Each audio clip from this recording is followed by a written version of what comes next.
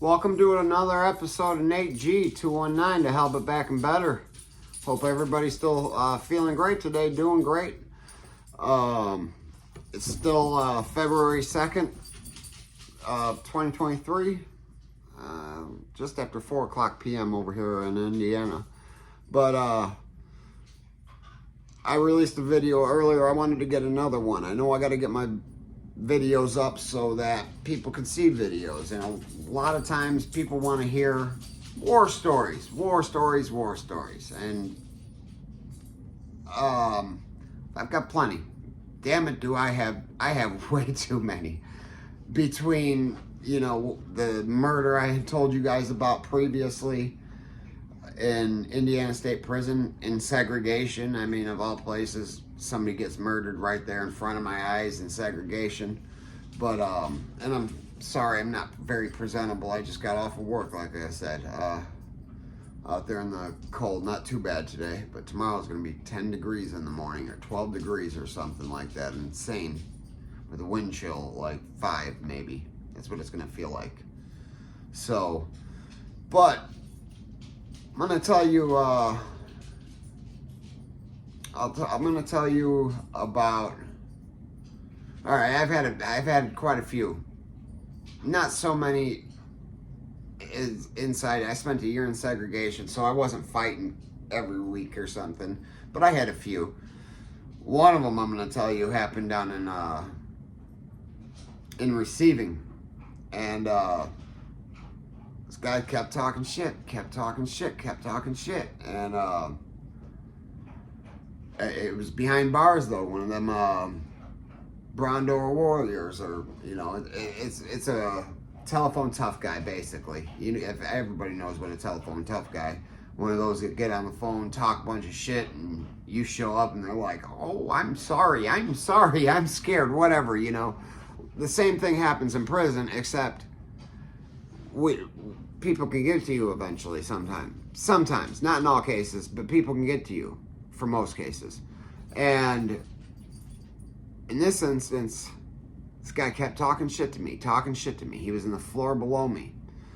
Well, we go to church, and really that's, you guys, I know of a lot of people hear of horror stories about church and prison, but in reception, it's not the spot where the boys hook up with their guys and stuff like that. It is really just for everybody to get out of their cell and listen to a positive speaker.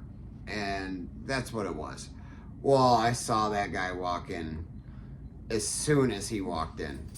And the second he walked in, I'm just staring. He doesn't notice me. He doesn't notice me at all. And I'm watching him the whole time. And I have it in my head, if I get a second, if he goes to the bathroom, I'm going into the bathrooms after him. And I had seen somebody walk out of the bathroom, and sure as hell, he gets up and goes to the bathroom. So he's in there, and he's in the bathroom. I walk in with my head down, and kind of look around, and I don't see anybody. So there's only one place that means he's on the shitter. And I kind of gaze down. I see another person. I see two heads on the shitter. One black guy, one white guy. It's the white guy. And I walked down there and booted him right in the face. He didn't see it coming until it hit him. And then I grabbed both of them, because they were set up little half dividers, and I just sat there. Boom, boom, boom. Kicked him in the face, the chest, walked out of there. And like nothing happened. Somebody else walked in there after that, after I had already been sitting back down. The other gentleman didn't even acknowledge me. He just kept his head down. That's what you do in prison. That's what you should do on the streets. A lot of times, if you take prison rules and apply them to streets wouldn't be as bad as they are if everybody followed prison conduct. it's basic conduct. It's being a man. And this man was just talking and talking and talking, thinking nobody could get to him. Nobody could get to him. Well, I had already known who it was because I had seen him when he was coming in. I had heard his voice when he was coming in. So for 2 weeks, I had heard him talking and talking and talking and talking and kept talking shit. Mostly about people that live in my county or represent the 219. So it was just pissing me off, and I'm in prison, and I just started being silent. I let him talk. I said, gosh, I hope I get to this guy. Gosh, I hope I get to this guy. And I got to that guy, and I never got caught. That's the best thing about it. There were, we ended up, everybody towards the end of church gets counted, and he walks out of the bathroom all dripping blood during the point in time that we were starting to stand up and leave church. And of course, nobody tells. And there had been 6 other gentlemen that had walked in and out of the bathroom to use the facility. Not one of them walked in and immediately back out. All of them walked in, used the restroom, and left and acted like nothing happened. He had to have cleaned himself up a bit because, man, instant blood. I booted him right across the bridge of his nose. Then another one, I'm going to tell you guys. This doesn't involve me. It could have, but like I said, I wasn't gangbanging in prison. Like, I was only in this last prison. This was in Plainfield, Indiana. Same place Mike Tyson was. This is an open dorm setting. So, people everywhere, probably 150, 200 people in here. It was 1, 2, 3, 4 rows that were probably, I don't know, as long as shit, wide as shit. You walked into the door, there was rows this way, rows going down, and then a hallway to go down each row, or to go down it was 2 rows. I mean, it was 4 rows of bunks, 2 rows to walk. And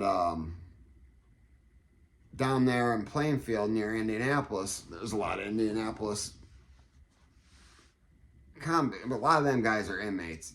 They bid like inmates. Especially in this situation. Nobody was following real structure of organizations, and it was just, it's an embarrassment. If you took pride in structure and what things were really developed around, it's a real brotherhood. It wasn't designed to be. I'm not saying that's what gangbanging is anymore, because it's not. I'm not saying everything about gangbanging, it's not all positive, but there is a lot of positivities that are preached and taught and forced to be learned. If you wanted to represent, you had to learn it, you had to know it. And so the vice lords down there was a mix of gangs down there. There was vice lords, GDs, for the most part. And then, like I said, in Indiana, especially up north in Indiana, but at least there too, it was vice lords and GDs, but not as deep as up north, because we've got Chicago, Gary, and everything up here. And, they try to keep you close to home for the most part, but they didn't keep me close to home this time. I was, 2.5 hours away. So, the vice lords want to start stealing people's shit, robbing people's shit. White people, didn't matter. Black people, didn't matter. GDs, it mattered. Nobody ever once tested the waters with me. Some of them came over from RDC, which is the reception, with me. And nobody, the word got around that I'll get down. So nobody really messed with me. Plus, I was a short timer, and my bunkie and my neighbor, it was just, we had a good little click going. So nobody was really messing with me at all. But when the Vice Lords tried to take over, GDs weren't having it. They weren't having it. And big brawl breaks out. Los, I hope you're watching this, man. I'm sorry to expose you. I don't know your full name, otherwise I'd put it out there. I don't know what you did, but you was a cool dude. For Vice Lord, you was a cool dude. No, I'm not throwing no shade at you, dog.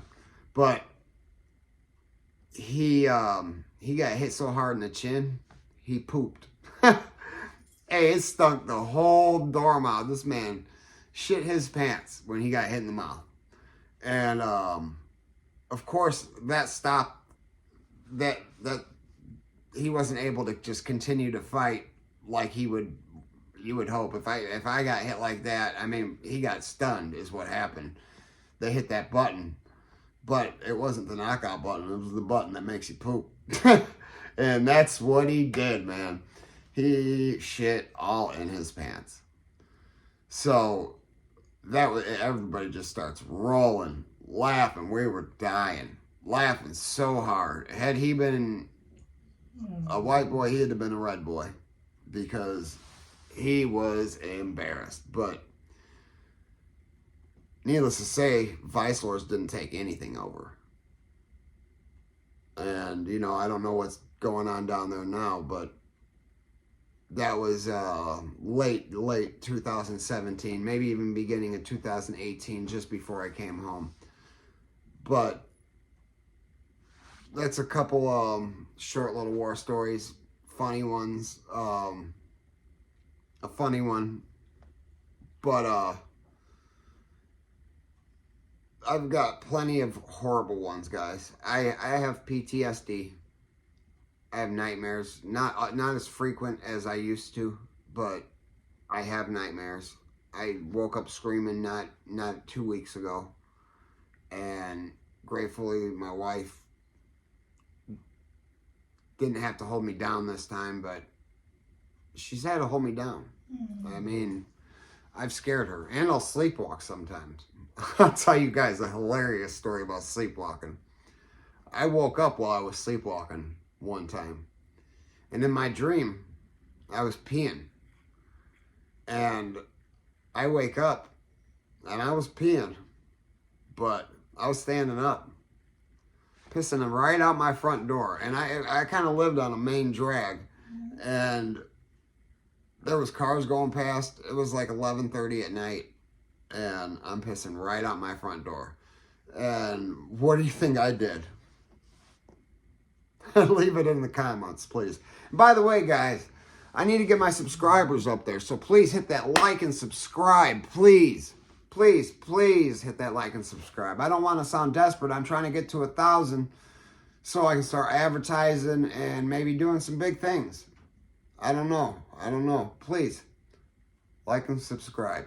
Anyways, guys, you know it. If they ain't hating it, you ain't making it. Y'all have a great evening.